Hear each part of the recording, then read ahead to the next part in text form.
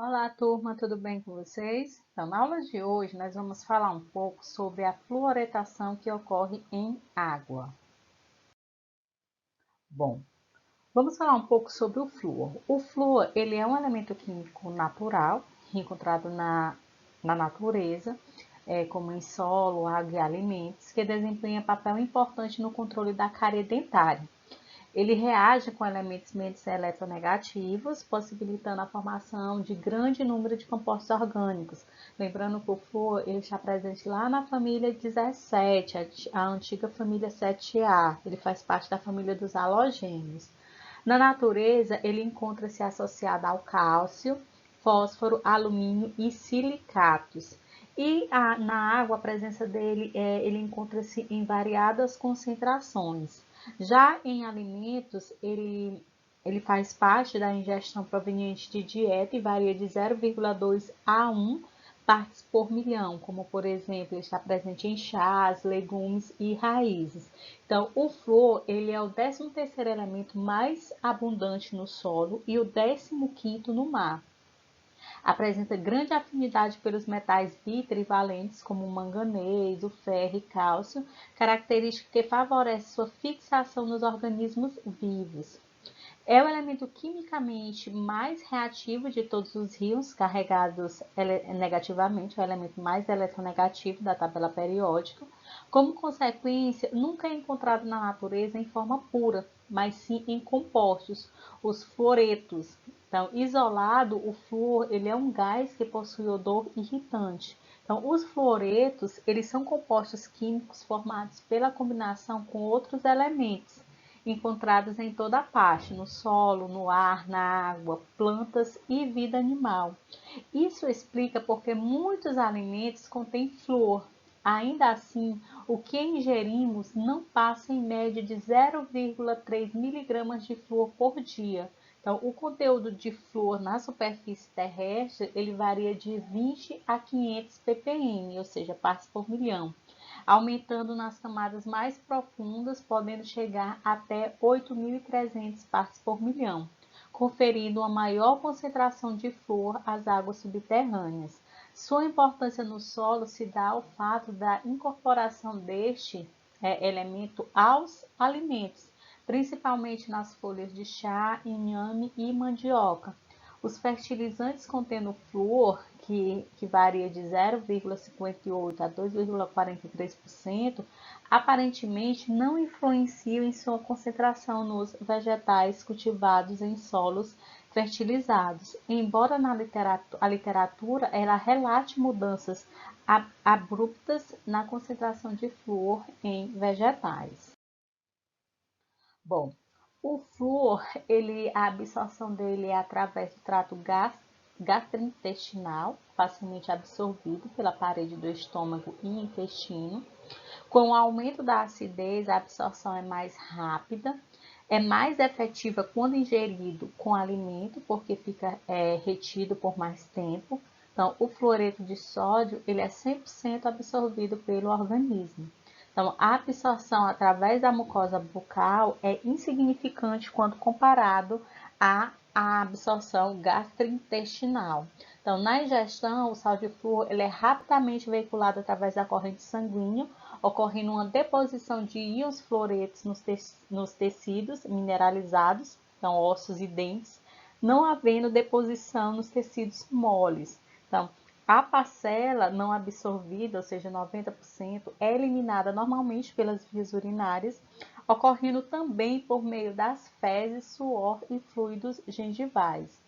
A efetividade do flúor sistêmico se deve à combinação de três fatores: o fortalecimento do esmalte pela redução da sua solubilidade perante o ataque ácido, inibindo a desmineralização, o favorecimento da remineralização e a mudança na ecologia bucal pela diminuição do número e do potencial cariogênico dos micro-organismos.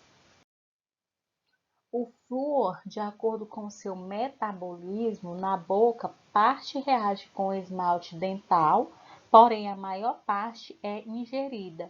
Uma pequena quantidade é absorvida pela corrente sanguínea da mucosa bucal, há um acúmulo nos ossos e a excreção da parte é feita pelos rins, fezes e suor.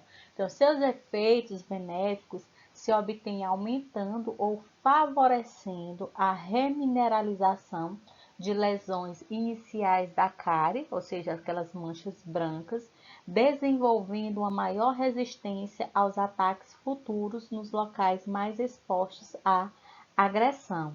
Sua ação é preventivo-terapêutica, pois o flúor que interessa para fins de proteção à cárie dental não é aquele incorporado intimamente à estrutura do dente, mas sim o que é incorporado na estrutura mais superficial, sujeito à dinâmica constante de trocas minerais estabelecidas entre a saliva e esmalte dentário.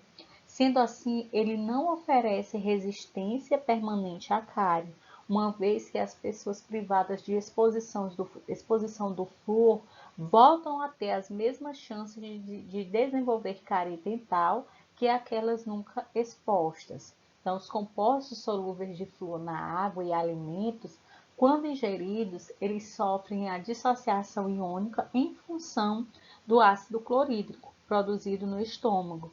Então, o íon fluoreto ele é absorvido em sua maior parte pela mucosa estomacal, por intermédio do plasma sanguíneo, o flúor ele circula por todo o organismo. Após 3 horas, 70% é eliminado pela urina, 15% pelas fezes e 5% pelo suor. Apenas 10% do flúor ingerido é assimilado pelo organismo. Então, essa pequena quantidade circula nos fluidos intra e extracelulares, fixando-se nos tecidos duros, nos ossos e dentes em formação. Bom, com relação à toxicidade, a dose certamente letal para o flúor é aquele que apresenta concentração de 32 a 64 miligramas de flúor por quilograma. A dose seguramente tolerada é a que apresenta concentração de flúor de 8 a 16 miligramas de flúor por quilograma. E a dose provavelmente tóxica é aquela que apresenta concentração de 5 miligramas de flúor por quilograma. Então, embora haja consenso da relação existente entre o uso do flúor e a redução de cárie dentária, pode-se afirmar que o flúor é uma substância tóxica quando ingerido em altas doses. Os efeitos, eles desencadeiam distúrbios gástricos reversíveis e redução temporária da capacidade urinária, fluorose dentária ou esquelética e eventualmente até mesmo a morte, uma vez que estão diretamente relacionados à dose, tempo de ingestão e idade. Um requisito importante para o emprego seguro da tecnologia de fluoretação da água de abastecimento é a realização da vigilância sanitária da água, se possível com base no heterocontrole, para que se tenha certeza de que a água tratada distribuída aos domicílios esteja efetivamente fluoretada, conforme recomenda-se a técnica, para que a água não contenha flúor em níveis baixos do necessário para prevenir a cárie, nem que esse teor esteja acima do aceitável em determinada localidade. Então, segundo os pesquisadores brasileiros e internacionais, a fluoretação ela pode reduzir a cárie em até 60%. Contudo, com o advento dos cremes dentais fluoretados, a contribuição relativa atribuível à fluoretação da água ela é menor. Ainda assim, segundo a Organização Mundial de Saúde, nos países em que a fluoretação é empregada nas estratégias preventivas de saúde pública, essa medida continua sendo a principal responsável pela prevenção da cárie dentária. Então, como intoxicação crônica, nós temos a doença chamada de fluorose, que é uma patologia que afeta os dentes e que se desenvolve durante a sua formação. Esta afecção, né, é desencadeada pela presença em excesso de fluoreto ou flúor e manifesta-se ao nível do esmalte dentário, na forma de manchas e ou defeitos. Bom, o flúor com relação à sua toxicidade, ele pode apresentar ingestão acidental de grandes quantidades, o que vai levar a problemas gastrointestinais, como náuseas, vômitos, diarreia, dores abdominais e cólica, efeitos neurológicos, como parestesia, tetania, depressão do sistema nervoso central, cardiovasculares, pulso fraco, hipotensão, palidez, choque, irregularidade de batimentos cardíacos.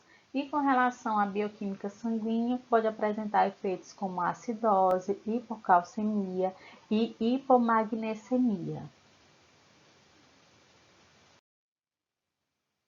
Bom, a fluoretação de água é uma tecnologia de saúde pública empregada desde 1945 para prevenção da cárie dentária, que utiliza a água de abastecimento público como veículo para o flúor. Então, a fluoretação das águas é uma tecnologia de saúde pública recomendada pela Organização Mundial de Saúde, pelo Ministério da Saúde e por todas as entidades odontológicas e de saúde coletiva do Brasil. Sua utilização nas principais cidades brasileiras vem sendo considerada fator decisivo para o declínio observado na prevalência de cárie nessas localidades. A cárie dentária, ela ainda é um problema de saúde pública em todo o mundo e também no Brasil. Seu tratamento tem custo elevado, acarreta sofrimento e dor ao indivíduo e impacto na qualidade de vida.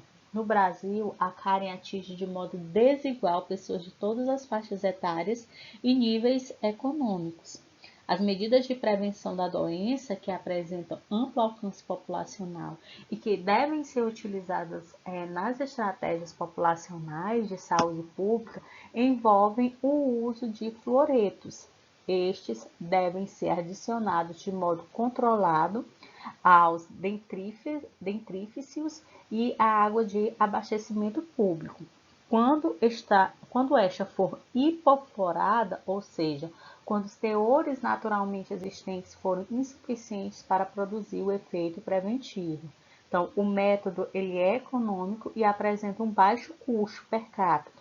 O Serviço de Saúde Pública, por exemplo, dos Estados Unidos, calcula que para cada dólar despedido na fluoretação da água, 36 dólares são economizados no tratamento da cárie. Então, o benefício ele atinge toda a população sem distinção de ordem econômica, social ou educacional. Então, durante toda a vida do indivíduo, os fluoretos eles provocam efeitos benéficos à saúde e protegem os dentes contra a cárie. Então, o processo de fluoretação ele consiste na dosagem do iofluoreto na água como coadjuvante no combate à cárie do dente. Ele é uma medida preventiva de comprovada eficácia que reduz a prevalência de cárie dental entre 50% e 65% em populações sob exposição contínua desde o nascimento por um período de aproximadamente 10 anos de ingestão da dose ótima.